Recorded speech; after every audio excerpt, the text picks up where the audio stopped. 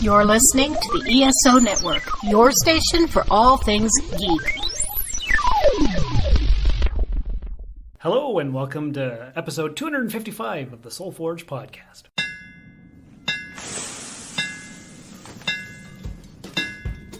Welcome to the Soul Forge, a place of silent mystery, quiet contemplation, and outright mayhem.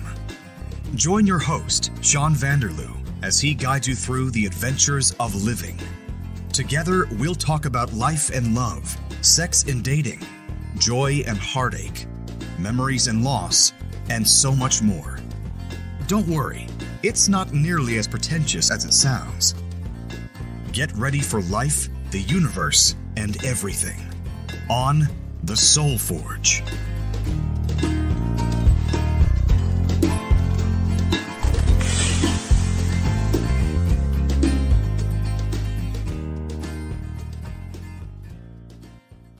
Hey gang, welcome back to another exciting episode of the show. I was going to bring you the second Amanda episode that we recorded back to back, but we've got some late breaking news. We've got some excitement and adventure coming up here in Sault Ste. Marie, Ontario, Canada. I'm here live on location with Magic Mike from Vintage Games and Junque. Say hi, Mike. Hi. Did you like that? Yeah, I was thinking that used to be my stripper name. It was, eh? Yeah. That's cool. That's cool. So who are you and what's this all about? Why am I here in your building? Well, I'm Mike Turcotte. I own Vintage Games and Junque. And we do an event called Steel City NerdCon every year. And we're on our 5th year, I think. And yeah, we just like to bring a lot of different pop culture vendors from all over Ontario. And this year, Quebec, actually. Is that right? Yeah, and just try to bring something to do to Sault Ste. Marie and also bring all the cool nerdy stuff that we can all buy and enjoy. That's right. That's what it's all about. Yeah. Now, I've been a collector for over 30 years. You've been a collector for... Probably around the same. I think we're roughly the same age. I think so. I'm 45. I'm 42, so... That's the answer to life, the universe, and everything. Yeah, that's true. Yeah. So, yeah. You must know where everything is, what it's all about. Yeah. You got all the answers? No. Oh. I wish I did. I wouldn't be sitting here talking about... anything. There you go. You'd be on vacation somewhere. Yeah, yeah, that's right. That's right. Yeah, so I think this is the 5th one, and I've been to every single one because, everybody knows I was up in Timmins, but I'm from here in the Sioux, and I came back, 3 months ago, I guess, and this is exciting because usually it's September or October, but this year it's July 2nd.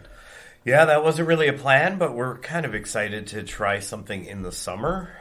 Yeah, September, October seems to be good, but anytime later than that, you're risking weather with traveling. Big time. And we didn't want to put anyone in that predicament, and so we thought we'd try the summer, which was has its own challenges, for sure. Yeah, I was surprised that it would be the July long weekend. Yeah. Because I didn't think anybody'd be in town, like camping or whatever. Yeah, which, you know what, time will tell, that could be a possibility.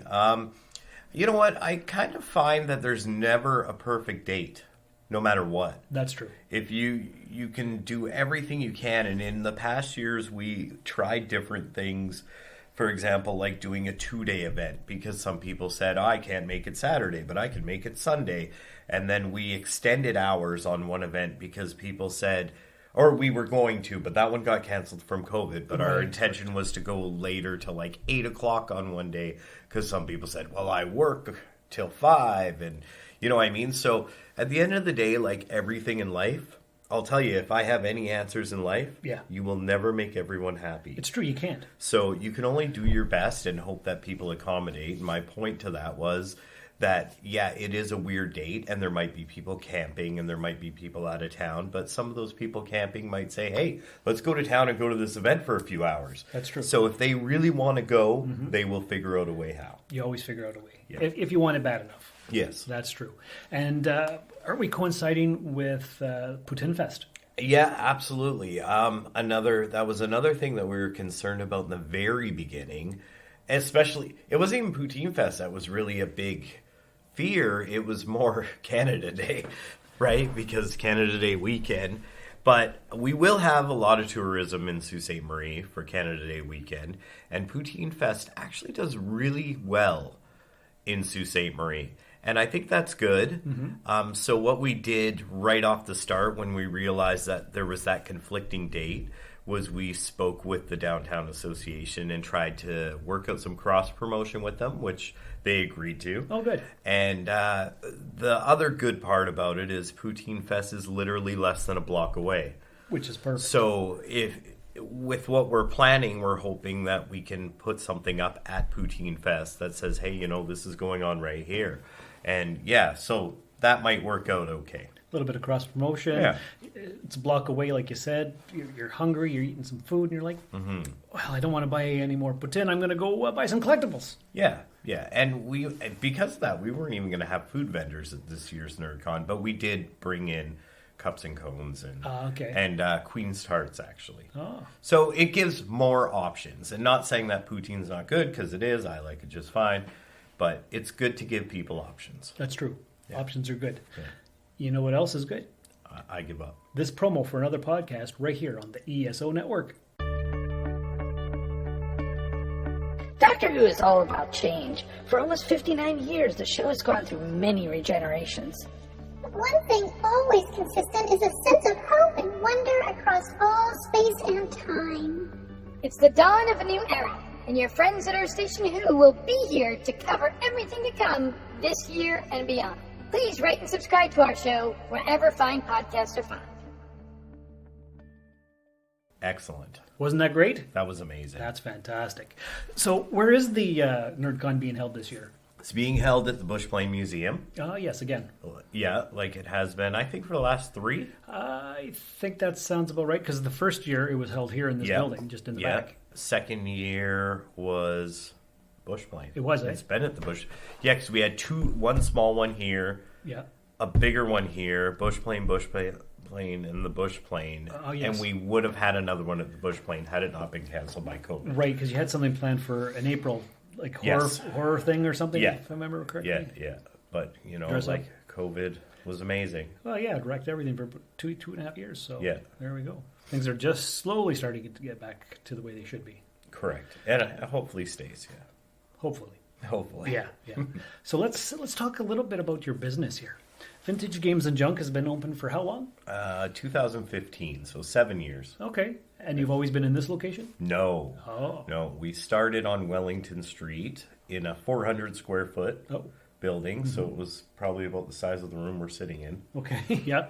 And then a year later, we decided to take I want to say plunge, but it was more take the gamble, and we moved to Bruce Street to an 800 square foot space. Doubled the size and cost. Of course. And then we were there for a year and really decided to take the gamble and move here on Queen Street, which is 3,500 square feet, and risk everything. And? Well, we've been here over 5 years, and you know what? There was a smart businessman that told me when we were moving here, because it was actually his idea. He said, this is going to change everything for you. And at the time, I thought, you don't know what you're talking about. But he was right. This changed everything. So it was a good move. It was a smart lateral move. Good. Yeah.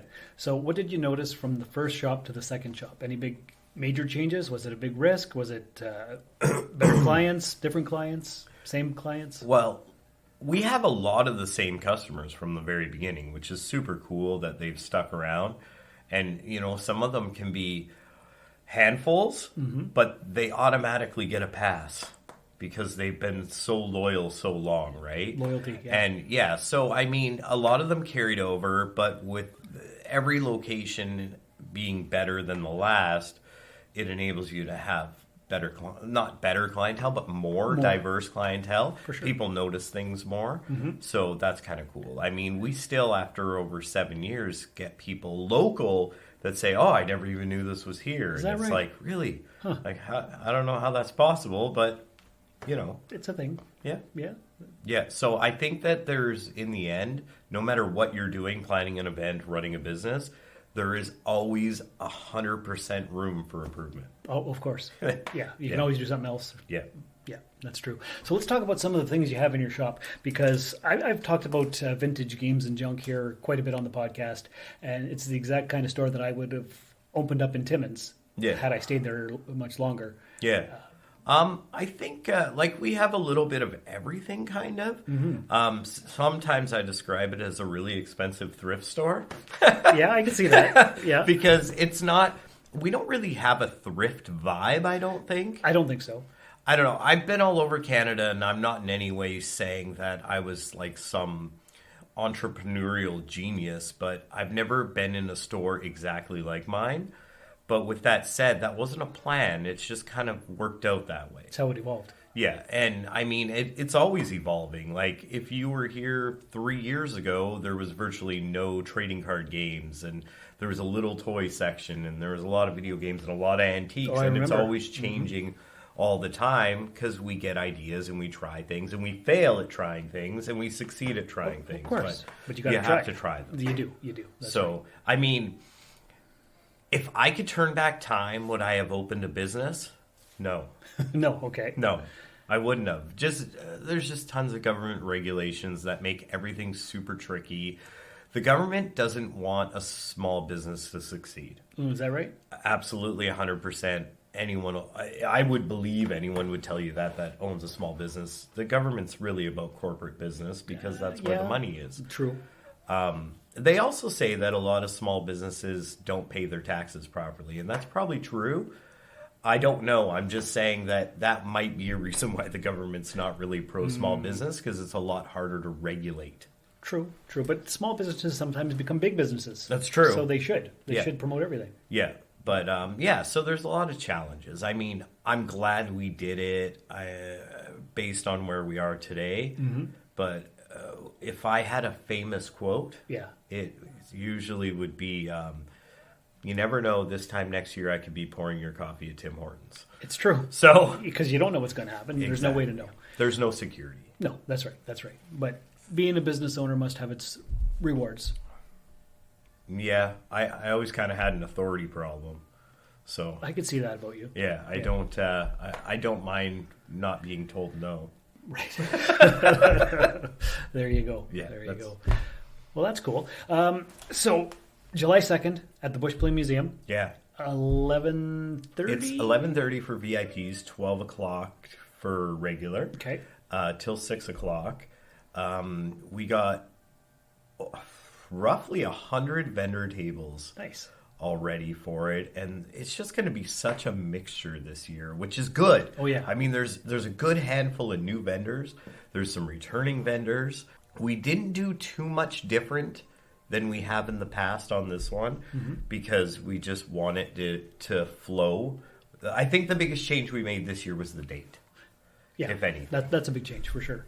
We got Ryan McFarlane's going to be there as a special guest, and Bonus Box Games is a special guest, and they did an exclusive. This is the second time. Bonus Box Games did an exclusive game for NerdCon last year. Oh. I don't know if you wanted me to mention that. I'm not trying to promote them, but talk about whatever. This is reality. So they did a game that it was Ninja Game 3. Okay. And it had Shuriken. Is that how you say it? That weird... Like a throwing star? Yeah. With Bonus Box Games and Steel City NerdCon on it. Oh, nice. Which you don't know until you open it. Okay. Because I don't think they actually said anything about Steel City NerdCon other than when they promoted it.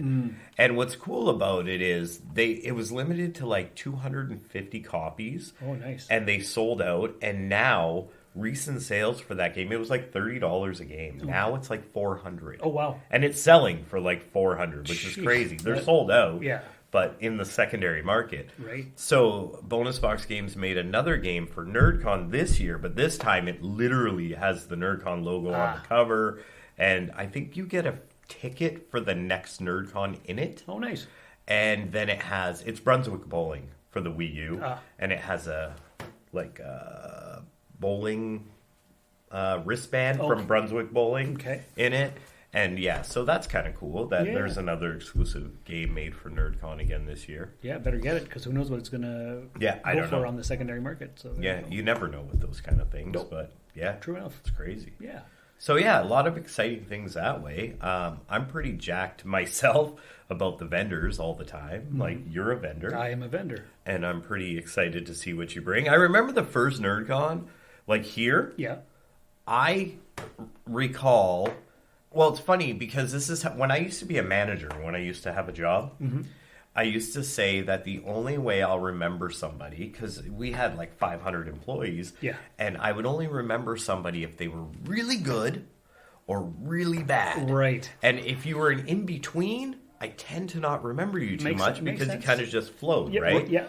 And the analogy to that was, I remember the NerdCon here, you were definitely one of the top 3 best vendors, like for quality and pricing and really cool stuff. Man, I bought tons of your stuff. Yeah, you did. That's true. Yeah, like there was just so much cool stuff. And I can, I'm not going to tap into it, but I remember some of the items that I bought that were just super cool and you just never seen that often.